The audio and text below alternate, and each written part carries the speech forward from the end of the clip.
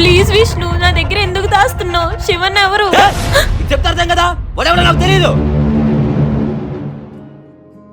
ఎందుకు ఇలా ఏడిపిస్తున్నావు?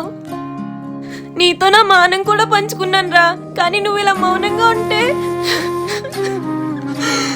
అమ్ము ప్లీజ్ అమ్ము, ఏడవకే.